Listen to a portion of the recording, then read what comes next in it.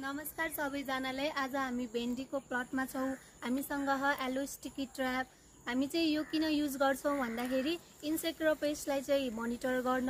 हाम्रो चाहिँ भेन्डी हार्भेस्ट गर्ने बेला भइसकेको थियो, त्यही भएर हामीले चाहिँ इन्सेक्टिसाइड युज नगरिकन हामीले चाहिँ एलो स्टिकी ट्र्याप युज गरेको।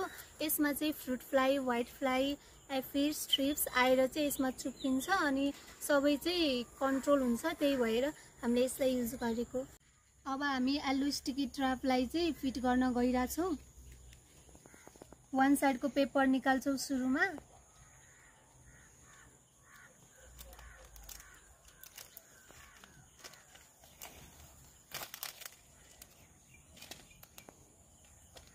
यसलाई चाहिँ डोरी राख्छौँ यसरी। अब चाहिँ हामीले बाँध्छौँ।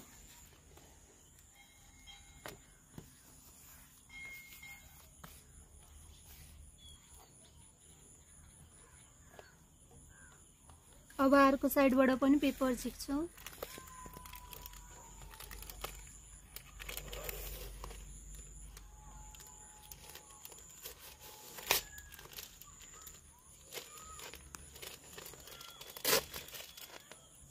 हामीले चाहिँ एलो स्टिकी ट्र्याप फिट गरेको 3 मिनट पनि भएको थिएन। देख्न सक्नुहुन्छ यति धेरै इन्सेक्ट आएर बसिसकिन। काउन्ट गरौँ है त। 1 2 3 4 5 6 7 यानी व्हाइट कलरको 8 अनि 9। यता पछाडि हेरौँ है त।